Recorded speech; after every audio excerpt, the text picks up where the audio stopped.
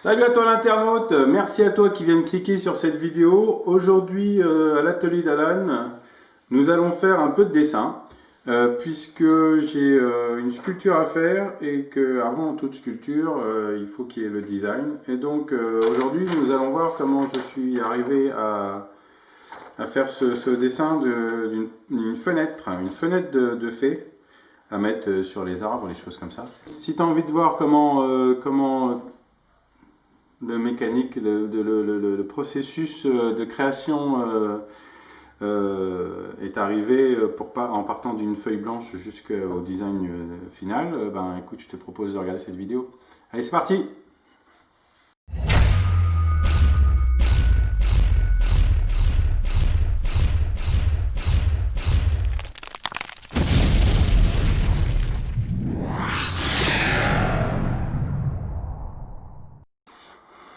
Ok, donc pour ce projet, voilà le modèle sur lequel on va partir. Ça, c'est une porte de fée que j'ai fait avec de la pâte à froid, de la pâte qui durcit à l'air, Plastiroc, terracotta, c'est la pâte que j'utilise en ce moment.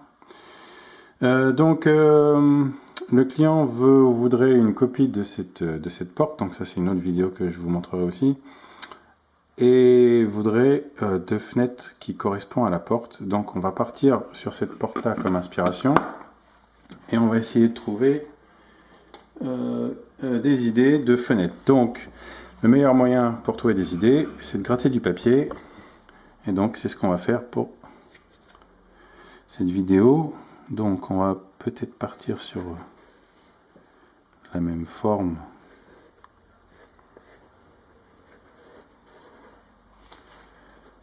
La même forme de fenêtre.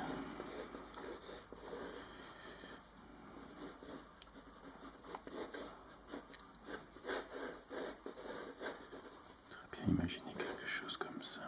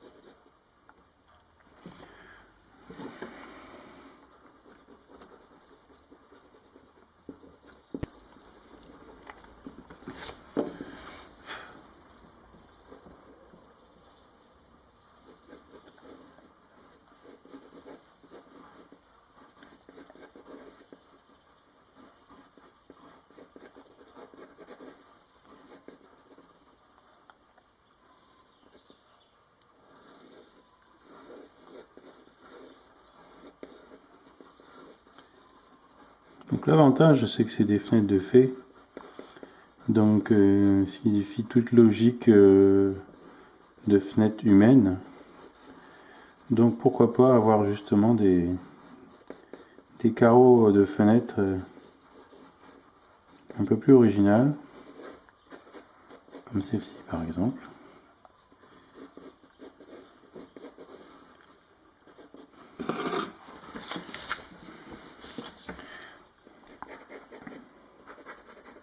Petit truc en dessin, si vous voulez quelque chose qui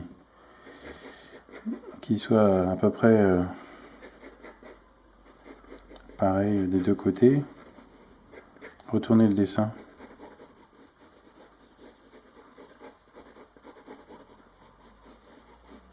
Là, ce qu'on cherche, là, c'est pas vraiment un dessin bien abouti, bien dessiné. Là, on cherche des formes. Là, c'est du croquis, donc on gratte du papier, on cherche des formes. Pour l'instant, on cherche quelque chose qui plaît l'œil, qui plaît à l'œil.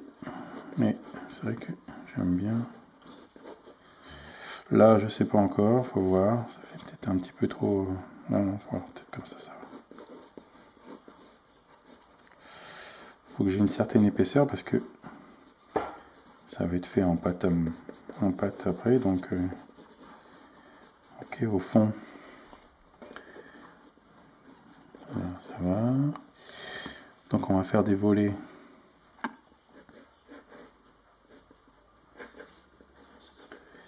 Les volets d'un côté, que ce soit la même.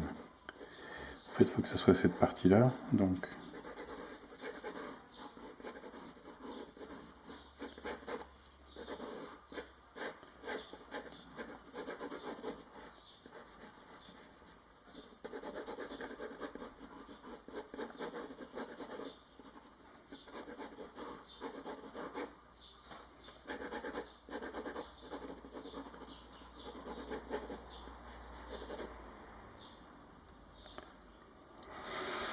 Ah. Il y a des petits gonds.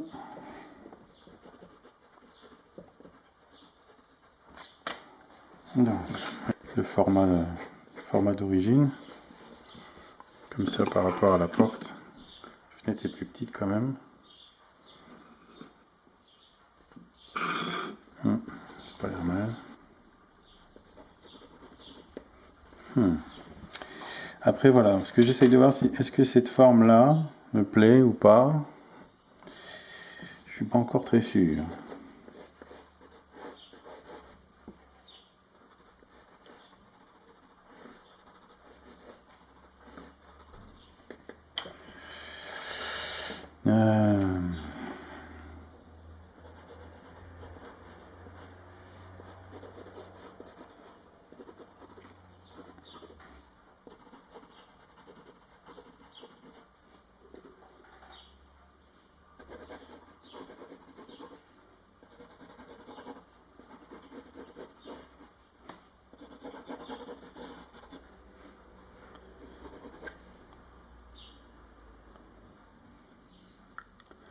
Est-ce que je refais ici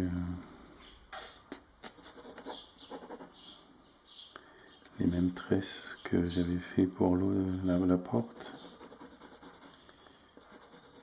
C'est la question que je me pose. Je me parle tout seul, internaute, t'inquiète pas. Ça se passe beaucoup comme ça dans la tête des artistes.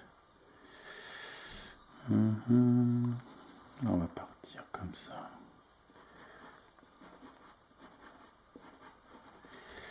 Et après ça part derrière la porte.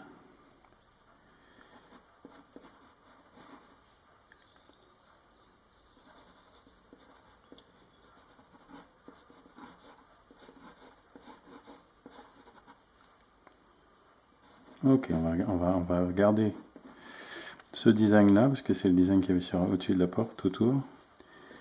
Sauf que là, on ne le voit pas en entier, puisque il y a les volets devant. Ok, comment je vais faire là? Là, je suis en train de réfléchir en termes de...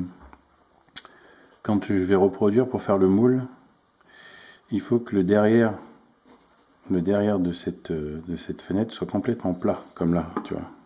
Tout est plat, ce qui veut dire que quand je vais faire couler la résine dessus, ça va pas se mettre derrière les volets et que j'aurai plus moyen de le démouler ensuite. Donc là, j'ai un petit souci, ou alors il faut que ça soit l'épaisseur, tu vois, ce sera l'épaisseur de ce truc là, ce qui fait que ce sera quand même en une seule pièce. Je pense que c'est ce que je vais être obligé de faire.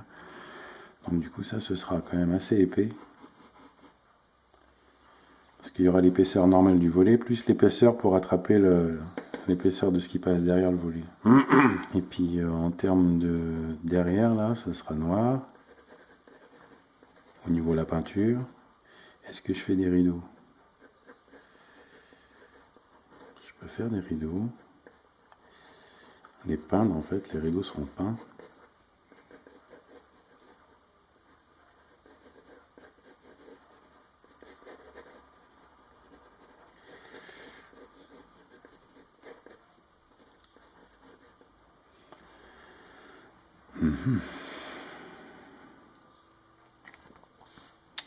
Ok, on va partir là-dessus alors.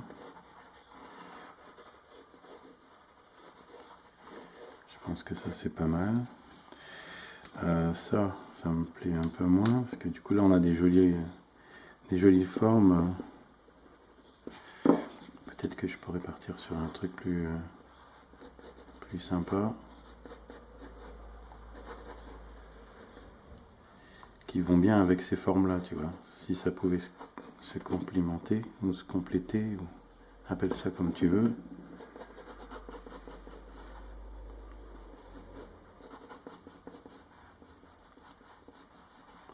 Complémentarité, non, ça va pas non plus. Hop.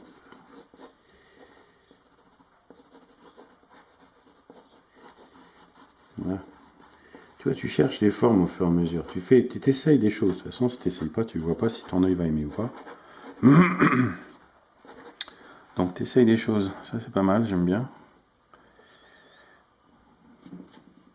Ça va bien avec cette forme-là.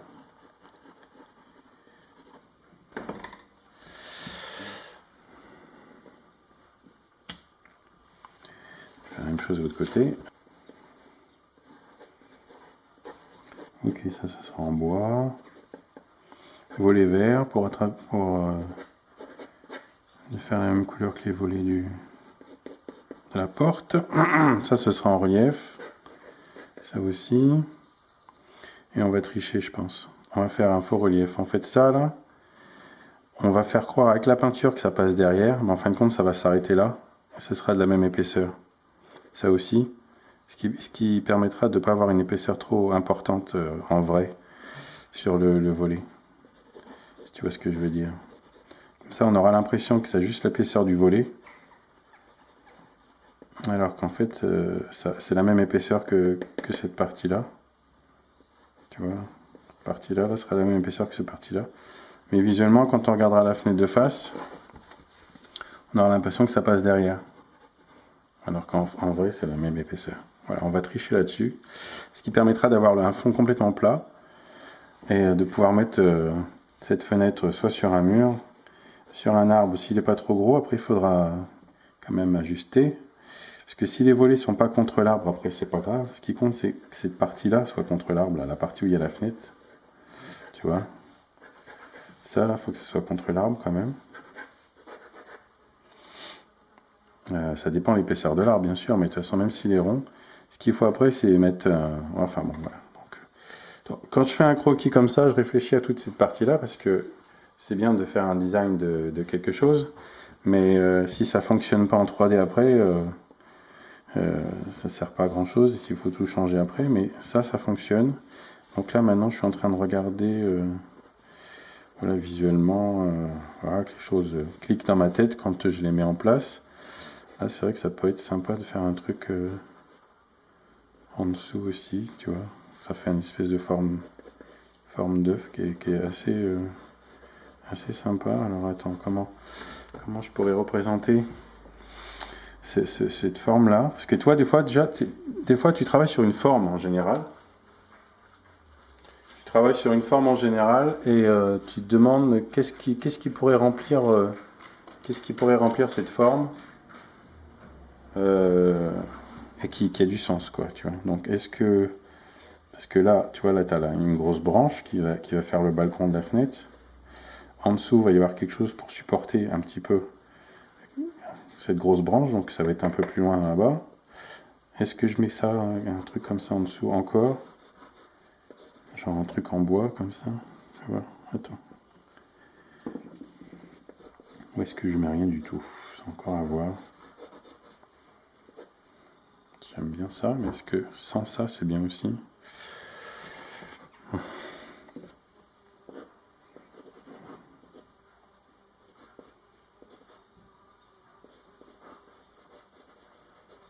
toute façon, tout ça, c'est en bois. Enfin, en bois. Ça représentera du bois, en tout cas.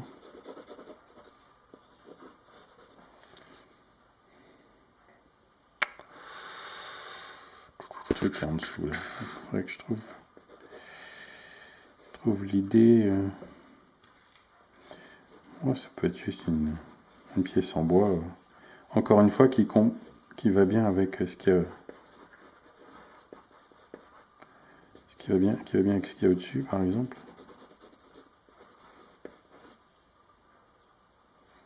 il faut pas non plus que ça fasse du rabâchage.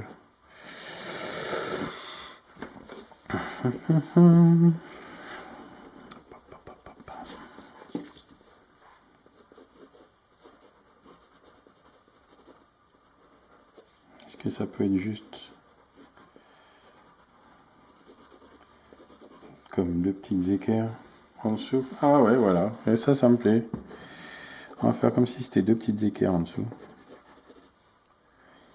Donc ça va être quand même assez avancé devant pour que ça soit encore un peu plus avancé que ça et que les petites équerres fassent l'épaisseur de la fenêtre. Voilà, ok. Voilà, j'ai quelque chose qui me plaît.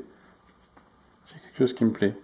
Donc prochaine étape, c'est montrer, fignoler tout ça pour que ce soit propre. Ok. Pour que le client ait quand même un visu où tout de suite. Voilà, donc on va mettre des ombres.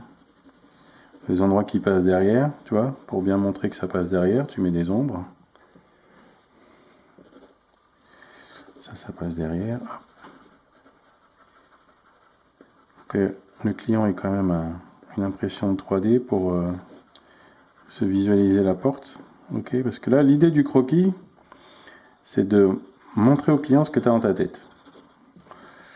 Ok. Et dans un premier temps, je vais permettre aussi de voir ce que toi tu as dans ta tête. Si tu n'as pas grand chose dans ta tête, et ben tu alignes comme j'ai fait là des formes, des grosses formes. Si tu as une idée générale comme j'avais au départ de ce que tu veux, tu mets déjà l'idée générale en plan et tu regardes ce qui fonctionne et ce qui ne fonctionne pas. Là par exemple il manque un peu l'encadrement de la fenêtre. Faut que je rajoute l'encadrement de la fenêtre parce qu'on a le gros bois mais on n'a pas l'encadrement de la fenêtre. Hop, en bas aussi. Voilà.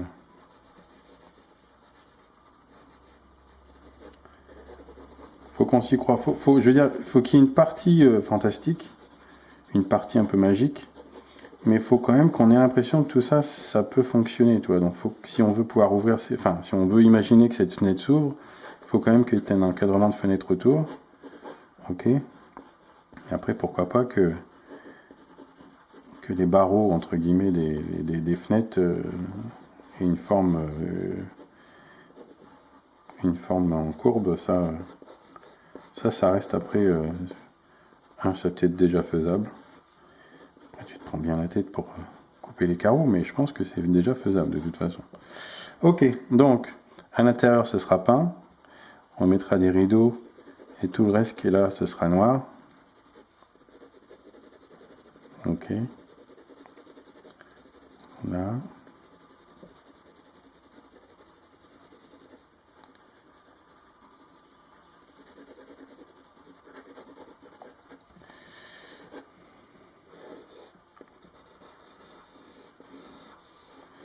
on a